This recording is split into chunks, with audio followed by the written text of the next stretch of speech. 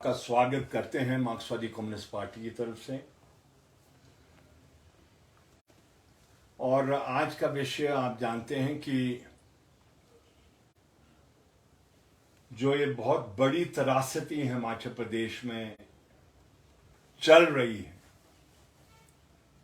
आज का फोरकास्ट भी था कि जिसको हम येलो अलर्ट कहते हैं, पता नहीं कहां कहां हिमाचल प्रदेश में आज ये भारी वर्षा हुई होगी, लेकिन शिमला बचा है। हम समझते हैं कि ये जो त्रासदी है इसको राष्ट्र आपदा घोषित होना चाहिए। और अगले कल हम माननीय हिमाचल प्रदेश के राज्यपाल महोदय से हमारा पार्टी का डेलीगेशन मिलेगा और उनके जरिए राष्ट्रपति महोदय को ज्ञापन भेजेंगे और आग्रह उस ज्ञापन के जरिए हम भारत सरकार को करना चाहेंगे कि आप पुनर्विचार करें इस प्रश्न को लेकर। और आज जो नड्डा जी ने घोषणा की है कि 200 करोड़ रुपए की राहत दी जाएगी, हम समझते हैं कि हालांकि हमारी सहमति नहीं है, जिसको सरकार कह रही है कि 10,000 करोड़ रुपए है, ये इससे बहुत अधिक है। और उसमें 200 करोड़ रुपया देना, ये ऊंट के मुंह में जीरा डालने वाली बात है। यह हिमाचल प्रदेश की जनता से एक मजाक किस्म की बात है। मजाक करना यह है। लॉस इतना भारी और मात्र 200 करोड़ रुपया, ये रात और दिन का अंतर हम समझते हैं। और ये जो भ्रमित करने का कार्य भी जो भारतीय जनता पार्टी द्वारा किया जा रहा है कि बहुत बड़ी राहत हिमाचल प्रदेश को दे दी है, हम उनसे आग्रह करना चाहते हैं कि अभी त्रासदी का दौर चल रहा है, इस तरीके से भ्रमित करना अच्छी बात नहीं है। हमारी जानकारी में अगर कोई राहत आई है अभी तक, वो राहत यही है जो 200 करोड़ की दी गई है। और इसको भी पूरा समझने की जरूरत है कि भाई ये किस हेड में, किस रूप में आई है। लेकिन जिस तरीके की त्रासदी आज से पहले उत्तराखंड में आई है, आपके आंध्र प्रदेश के अंदर आई है, आपके महाराष्ट्र के अंदर आई है, आपके गुजरात के अंदर यह आई है, जो केंद्र सरकार ने एक जो स्पेशल पैकेज रिलीफ के रूप में दिया है, उस तरीके की रिलीफ आज हिमाचल प्रदेश की जनता मांग कर रही है। जहां तक एसडीआरएफ का प्रश्न है, वो जो 15 फाइनेंस कमीशन ने जो हिमाचल प्रदेश को निर्धारित किया था, 15 फाइनेंस कमीशन के पीरियड में 2026 तक, 25-26 तक, उसके ये जो 2 किस्तें आई है, एक आपके 22-23 और 23-24। 22-23 का तो आप जानते हैं कि किस तरीके से भारतीय जनता पार्टी वो की सरकार ने वो पूरा का पूरा एक किस्म से लैप्स कर दिया था। जो 315 करोड़ रुपया स्टेट डिजास्टर रिलीफ फंड के अंदर हिमाचल प्रदेश को उस 15 फाइनेंस कमीशन के उस वर्ष के लिए दिया गया था, उसमें से वो जो सीएजी ने आपत्ति जाहिर की थी, उस आपत्ति को रिमूव करने के बाद 189 पॉइंट कुछ करोड़ वो हमारे हिस्से में आया। जो रिमेनिंग 126 करोड़ है, उस 126 करोड़ से भी अधिकतर लैप्स हो जाएगा, क्योंकि आप जानते हैं जो केंद्र सरकार से जो भी पैसा जिस भी रूप में आता है उसके मापदंड हैं, औपचारिकताएं हैं, और अगर औपचारिकताएं पूरी नहीं की जाए तो पैसा लैप्स माना जाता है। तो यह तो हिमाचल प्रदेश का दुर्भाग्य है जो पिछली सरकार ने किया।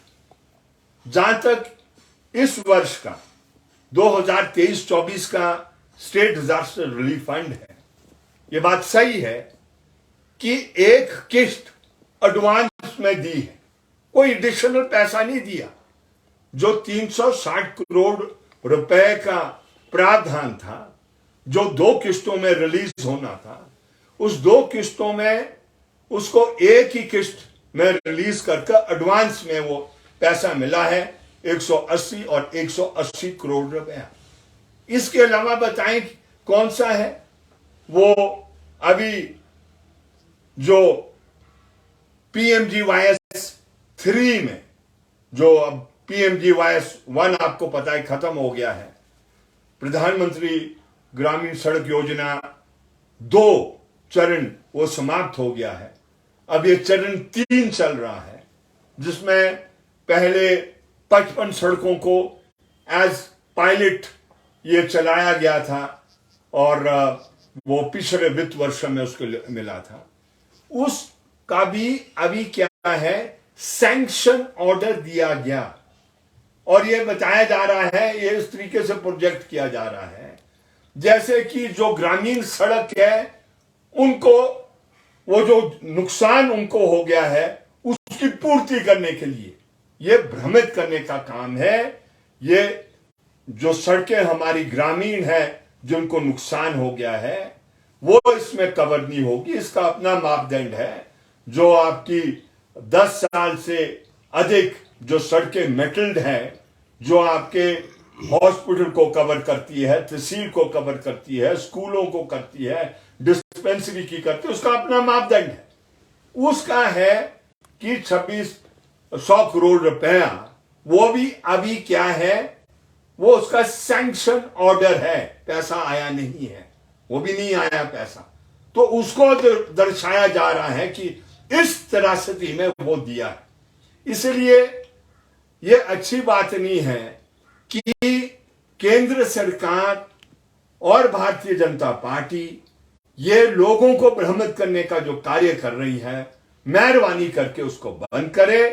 और इस 200 करोड़ के बारे में तो हमने जिक्र कर दिया है कि ये किसी भी रूप में जिस लेवल की त्रासदियां चल रही है, इसलिए हम अगले कल गवर्नर महोदय के पास जाएंगे और उनसे आग्रह करेंगे, मेमोरेंडम सबमिट करेंगे कि वो भारत सरकार को, वो राष्ट्रपति द्वारा उनको कन्विंस किया जाए कि किस लेवल का आज नुकसान हिमाचल प्रदेश में है। आप जानते हैं कि ह्यूमन लाइफ इतनी अधिक हो गई है, अभी आंकड़े जो पिछले कल तक थे वो 337 मृत्यु हो गई थी, इसमें लापता की संख्या अलग से है। और जो आज के कुछ आंकड़े आए हैं, जो पार्शल मकानों को नुकसान हुआ है वो 11,000 तक उसकी संख्या पहुंच गई है, और जो कंप्लीट नुकसान है उसको 1800 को वो पार कर गया है। और खेत खलियान बाग बगीचे ये कोई बचे नहीं, ये सारे के सारे टूट गए हैं। कोई एक ऐसा बाग बगीचा नहीं होगा, खेत नहीं होगा जिसको नुकसान नहीं हुआ है।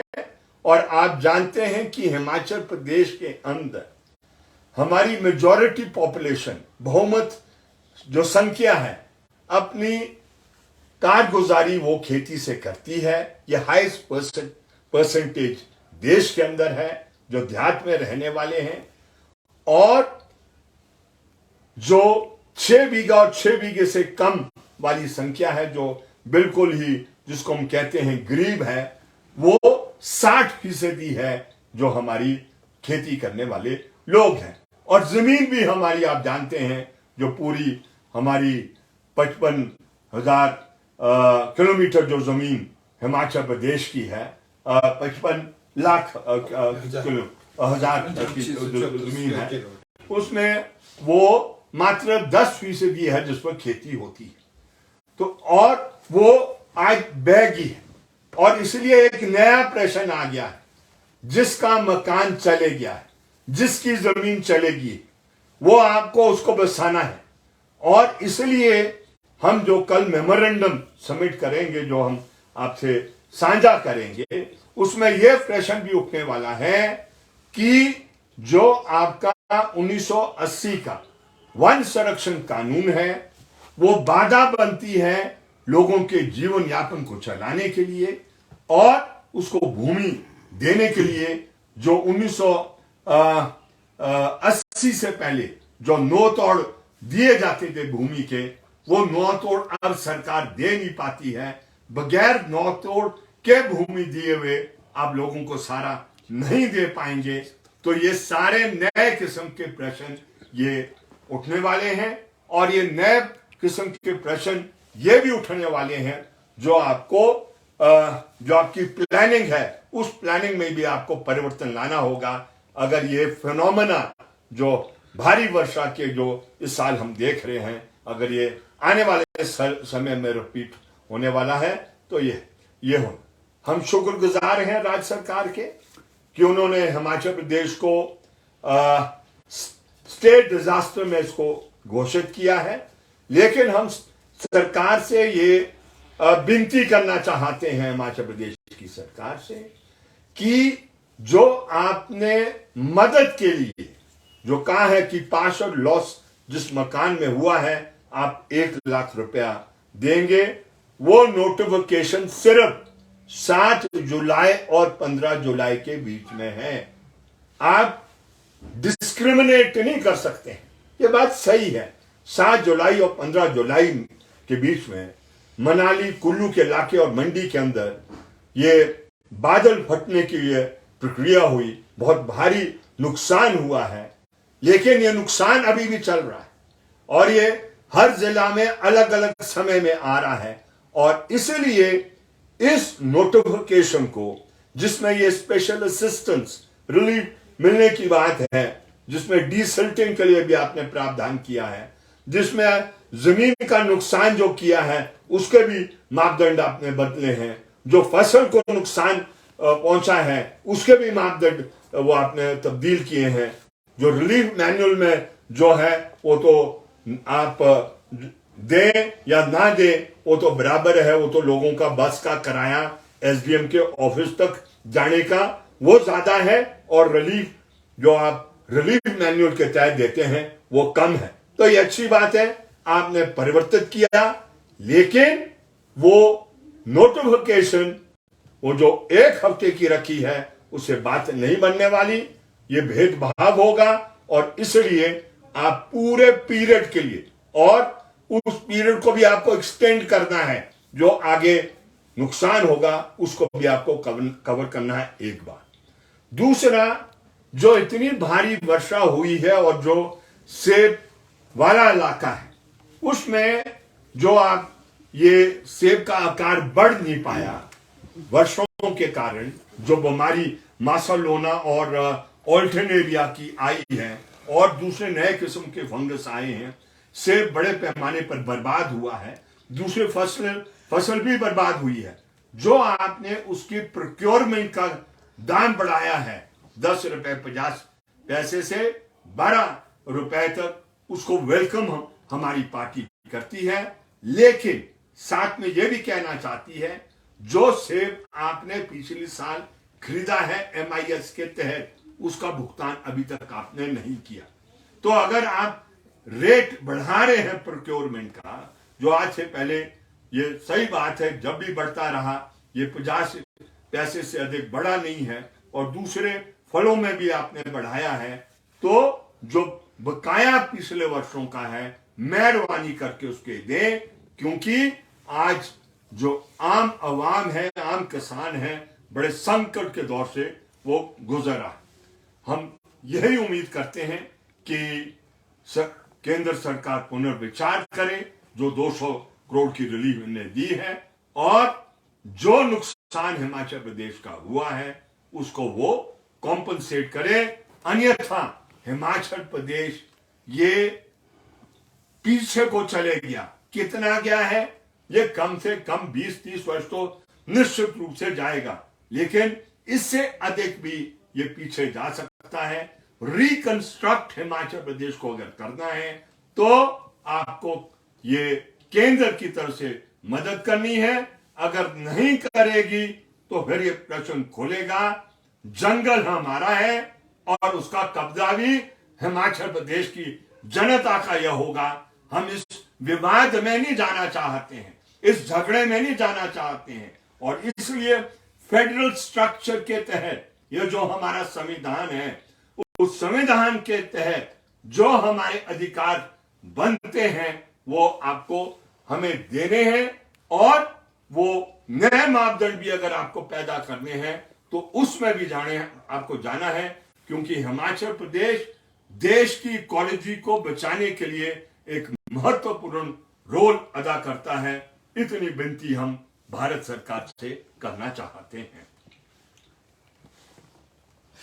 सर, आपने कहा कि राष्ट्रीय आपदा घोषित करें, वहीं पर भाजपा राष्ट्रीय अध्यक्ष जेपी नड्डा ने कहा कि राष्ट्रीय आपदा घोषित करने की बात नहीं है, जो भी आर्थिक मदद चाहिए वो प्रदेश सरकार हमारे से मांगे, हम उसको पूरा करेंगे। देखिए, राष्ट्र आपदा क्यों कह रहे हैं? हम राष्ट्र आपदा इसलिए कह रहे हैं कि जो अभी तक ब्रॉड गाइडलाइन राष्ट्र आपदा को घोषित करने की है वो है कि जब भारी नुकसान जान माल को होता है तो वो राष्ट्र आपदा को घोषित किया जाता है। ये एक मैसेज देना होता है पूरे देश के लिए, और जब आप मैसेज देते हैं कि राष्ट्र आपदा, तो जो हमारे चुने हुए नुमाइंदे जो पार्लियामेंट में बैठते हैं वो कहीं भी हो, केरला में हो, वो पश्चिम बंगाल में हो, गुजरात में हो, जम्मू कश्मीर में हो, वो उस आपदा को दूर करने के लिए आर्थिक मदद कर सकते हैं। जब तक वो नहीं आप उसको राष्ट्रीय आपदा घोषित करेंगे तो ये जो कॉन्ट्रीब्यूशंस जो आती है ये नहीं आ सकती है। और राष्ट्रीय आपदा जब आप घोषित करते हैं तो वो मैसेज सिर्फ यही नहीं जाता है कि बहुत भारी नुकसान है, उसमें आप मोरेटोरियम वो लागू कर सकते हैं। जो लोग, बहुत से लोगों ने, किसानों ने जो कर्ज लिया होता है वो उस पर भी मोरेटोरियम लग जाता है। तो आज जब बहुत इतने संकट से हम गुजर रहे हैं तो रिलीफ तो हम मांग कर रहे हैं, लेकिन ये 200 की रिलीफ से बात नहीं बनेगी। ये वाले पहलुओं को भी वो मदद मिलती है। और जैसे मैंने आपसे पहले साझा किया, जहां कम नुकसान पिछले समय में जिन राज्यों में हुआ, अगर आप उनको दे रहे हैं तो हमने क्या गुनाह किया है कि हमें वंचित किया जा रहा है? वैसे तो प्रधानमंत्री महोदय ये कहते हैं कि हिमाचल तो मेरा घर है। तो कैसा घर है ये आपका, जिस घर में आज त्रासदी आ गई है, जो घर टूट रहा है, जिस घर में पीड़ा बढ़ गई है? कोई घर ऐसा नहीं है जहां आंसू बह नहीं रहा है, और उस आंसू को पहुंचने के लिए आप मदद नहीं करते हैं, तो मैं समझता हूं आप अच्छे घर वाले तो है नहीं है। तो इसलिए ये राष्ट्र आपदा होनी चाहिए, और ये फंड पूरी उसको रिकंस्ट्रक्ट करने के लिए ये मिलना चाहिए। और जैसे कहा जा रहा है 10,000 करोड़ रुपए से अधिक नुकसान हो गया है, और इसलिए ये आएगा पैसा तभी रिकंस्ट्रक्ट हिमाचल प्रदेश हो पाए। सर, कृष्णनगर में जो लैंडस्लाइड आया है उसके बाद बहुत सारे लोग जो है बेघर हो गए हैं, तो क्या मांग आप सरकार से करेंगे ताकि उनको जो है दोबारा से उनका पुनर्वास किया जा सके और उनको घर दिया जा सके? ये कृष्णनगर हो या हिमाचल प्रदेश में कहीं और हो, जिसका घर चले गया वो एक किस्म से शरणार्थी बन जाता है। अपने देश में कोई शरणार्थी बनेगा तो इससे शर्मनाक बात उस सरकार की नहीं है जो सरकार सत्ता में है, चाहे हिमाचल प्रदेश सरकार हो चाहे केंद्र सरकार हो। इसलिए हम कह रहे हैं क्योंकि साधन हिमाचल प्रदेश की सरकार के कम है, उसका पुनर्निवास करने के लिए, उसको रिहेबिलिटेट करने के लिए आपको साधन चाहिए, जमीन चाहिए। ना हमारे पास जमीन है उसको रिहेबिलिटेट करने के लिए, उसका पुनर्निवास करने के लिए, उसको दोबारा से बसाने के लिए। तो इसलिए हम कह रहे हैं कि वो आपको जो कंजर्वेटिव एक्ट है 1980 का, फॉरेस्ट कंजर्वेशन एक्ट, वन संरक्षण कानून, उसमें भी आपको परिवर्तन लाना होगा लोगों को बसाने के लिए। सिर्फ घर नहीं, जिसकी जमीन चलेगी है उसको आपको जमीन भी देनी होगी और न्यूनतम 5 बीघा तो देनी होगी, तभी उसका जीवन यापन चल पाएगा, अन्यथा वो आत्महत्या करने के लिए मजबूर होगा।